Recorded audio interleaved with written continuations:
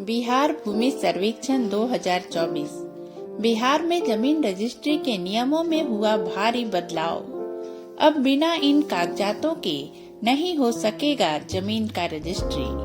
अगर आप बिहार में हैं या बिहार में आपकी जमीन है तो इन नए नियमों में हुए बदलाव को आपके लिए जानना बेहद जरूरी है। बिहार भूमि सर्वे। बिहार में भूमि सर्वेक्षण का काम जारी है। इस दौरान रैयतों को कई तरह की परेशानियां हुई और उन परेशानियों को ठीक करने के लिए सरकार ने कई आवश्यक कदम भी उठाए। इसी कड़ी में बिहार सरकार के एक कदम से जमीन की रजिस्ट्री कराना और भी सुरक्षित होने जा रहा है। जमीन रजिस्ट्री में होने वाले फर्जीवाड़े पर रोक लगाने के लिए नया नियम लागू किया गया है। बिहार सरकार ने हाल ही में जमीन रजिस्ट्री के नियमों में महत्वपूर्ण बदलाव किए हैं। इन नए नियमों का मुख्य उद्देश्य जमीन से संबंधित विवादों को कम करना और रजिस्ट्री प्रक्रिया को अधिक पारदर्शी बनाना है। इन नियमों के लागू होने से राज्य में जमीन खरीद बिक्री की प्रक्रिया में काफी बदलाव आएगा। आइए जानते हैं कि जमीन रजिस्ट्री के नए नियम क्या हैं। इन नियमों से जमीन रजिस्ट्री कराने के लिए आवश्यक दस्तावेज कौन कौन से हैं? इन नियमों से जमीन रजिस्ट्री कराने की प्रक्रिया में कितने चरण होंगे?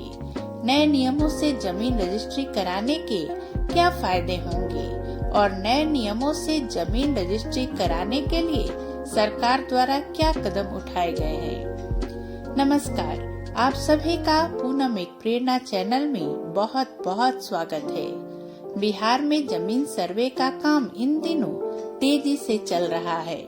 इसी बीच सरकार ने जमीन रजिस्ट्री के नियमों में काफी बदलाव किया है। अगर आपका भी जमीन बिहार में है या फिर आप बिहार में जमीन खरीदना चाहते हैं या अपनी कोई जमीन बेचना चाहते हैं तो रजिस्ट्री के नियमों में हुए महत्वपूर्ण परिवर्तनों को आपके लिए जानना अत्यंत जरूरी है। तो आइए जानते हैं कि जमीन के रजिस्ट्री के नियमों में किए गए महत्वपूर्ण बदलाव क्या हैं। लेकिन उससे पहले आपसे निवेदन है कि अगर आप हमारे चैनल पर नए हैं और आपने अभी तक हमारे चैनल को सब्सक्राइब नहीं किया है तो प्लीज हमारे चैनल को सब्सक्राइब अवश्य कर लें एवं बेल आइकन भी दबा दें ताकि इसी तरह के हमारे अन्य वीडियो आप तक पहुंच सके। नए रूल के मुताबिक अब जमीन की रजिस्ट्री कराने से पहले जमीन के रिकॉर्ड को आधार से लिंक कराना अनिवार्य होगा। आधार लिंक किए बिना अब जमीन की रजिस्ट्री नहीं हो पाएगी। बिहार में जमीन सर्वे के दौरान कई तरह के फर्जीवाड़े सामने आए। सबसे अधिक मामले आधार कार्ड की फोटोकॉपी में हेरा फेरी करके फर्जी दस्तावेजों का उपयोग किया जाता है। इसी फर्जीवाड़े को रोकने के लिए सरकार ने रजिस्ट्री से पहले आधार लिंक कराना अनिवार्य कर दिया है। इसके अलावा मोबाइल नंबर लिंक कराना और खरीदार गवाह का सत्यापन भी अनिवार्य कर दिया गया है।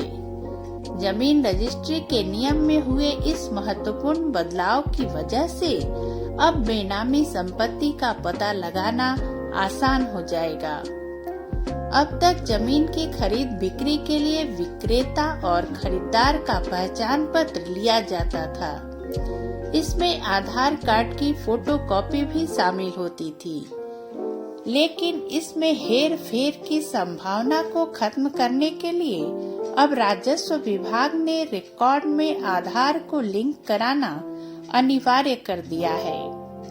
आधार नंबर लिंक होते ही रजिस्ट्री कार्यालय में कंप्यूटरीकृत सिस्टम से ऑनलाइन मिलान के बाद ही रजिस्ट्री का काम पूरा होगा। इस कदम से बेनामी संपत्ति का पता लगाना आसान हो जाएगा। नए नियमों के अनुसार अब केवल वही व्यक्ति जमीन बेच सकता है जिसके नाम पर जमाबंदी या होल्डिंग दर्ज है। इसका मतलब ये है कि अगर किसी व्यक्ति के दादा या पिता के नाम पर कोई जमीन है तो उसे पहले अपने नाम पर जमाबंदी करानी होगी, उसके बाद ही वह उस जमीन को बेच सकता है। यह नियम जमीन विवादों और धोखाधड़ी को रोकने में मददगार साबित होगा। हालांकि शुरुआत में लोगों को नए नियमों से परेशानी हो सकती है, लेकिन लंबे समय में इससे जमीन से जुड़े मामले में सुधार आएगा। आइए जानते हैं कि बिहार जमीन रजिस्ट्री के नए नियम क्या है। जमीन रजिस्ट्री के नए नियम के अनुसार अब केवल जमाबंदी धारक ही जमीन बेच सकता है। अगर जमीन पूर्वजों के नाम पर है तो पहले उसे अपने नाम करवाना होगा। अब जमीन की रजिस्ट्री के लिए गवाह की अनिवार्यता को समाप्त कर दिया गया है। अब सिर्फ क्रेता और विक्रेता की उपस्थिति जरूरी है। रजिस्ट्री के समय जमीन का सही मूल्यांकन करना अनिवार्य है। इससे कम कीमत पर रजिस्ट्री नहीं हो सकेगी। ऑनलाइन आवेदन और दस्तावेज जमा करने की सुविधा शुरू की गई है। रजिस्ट्री के बाद म्यूटेशन के लिए यानी दाखिल खारिज की प्रक्रिया के लिए आपको परेशान नहीं होना पड़ेगा। रजिस्ट्री के बाद म्यूटेशन की प्रक्रिया स्वचालित रूप से यानी अपने आप शुरू हो जाएगी। आपको दाखिल खारिज के लिए अलग से आवेदन नहीं करना होगा। इन नियमों का उद्देश्य जमीन विवादों को कम करना, बेनामी संपत्ति पर रोक लगाना और रजिस्ट्री प्रक्रिया को सरल बनाना है। बिहार में लागू हुए नए जमीन रजिस्ट्री नियमों का व्यापक प्रभाव पड़ेगा। आइए जानते हैं कि नए नियमों से जमीन रजिस्ट्री कराने के लिए आवश्यक दस्तावेज कौन कौन से हैं। जमाबंदी या होल्डिंग का प्रमाण पत्र, आधार कार्ड, पैन कार्ड, फोटो पहचान पत्र, पता प्रमाण पत्र, जमीन से संबंधित पिछले सभी दस्तावेज, नवीनतम खतियान की प्रति, जमीन का नक्शा, भूमि कर रसीद। इन दस्तावेजों के अलावा कुछ मामलों में अतिरिक्त कागज भी मांगे जा सकते हैं। सभी दस्तावेजों की सत्यापित प्रतियां जमा करनी होंगी। आइए जानते हैं कि नए नियमों से जमीन रजिस्ट्री कराने की प्रक्रिया के कितने चरण होंगे। नए नियमों के तहत जमीन रजिस्ट्री की प्रक्रिया निम्नलिखित चरणों में पूरी होगी। ऑनलाइन आवेदन करें और जरूरी दस्तावेज अपलोड करें। निर्धारित शुल्क का भुगतान करें। दस्तावेजों का सत्यापन होगा। तय तिथि पर क्रेता और विक्रेता को उप निबंधक कार्यालय में उपस्थित होना होगा। बायोमेट्रिक सत्यापन होगा। दस्तावेजों पर हस्ताक्षर किए जाएंगे। रजिस्ट्री पूरी होने पर प्रमाण पत्र जारी होगा। स्वचालित रूप से म्यूटेशन की प्रक्रिया शुरू हो जाएगी। पूरी प्रक्रिया में लगभग 15 से 30 दिन का समय लग सकता है। सभी दस्तावेज सही होने पर प्रक्रिया जल्दी पूरी हो जाएगी। आइए जानते हैं कि नए नियमों से जमीन रजिस्ट्री कराने के क्या फायदे होंगे। जमीन विवादों में कमी आएगी।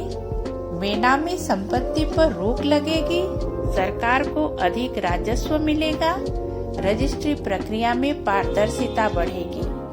फर्जी दस्तावेजों से जमीन बेचना मुश्किल होगा। गवाह की अनिवार्यता खत्म होने से समय और पैसे की बचत होगी। ऑनलाइन प्रक्रिया से लोगों को सुविधा होगी। जमीन के सही मूल्यांकन से वास्तविक कीमत का पता चलेगा। स्वचालित म्यूटेशन से लोगों को राहत मिलेगी। इन फायदों से जमीन से जुड़े मामलों में सुधार आएगा और लोगों को परेशानी कम होगी।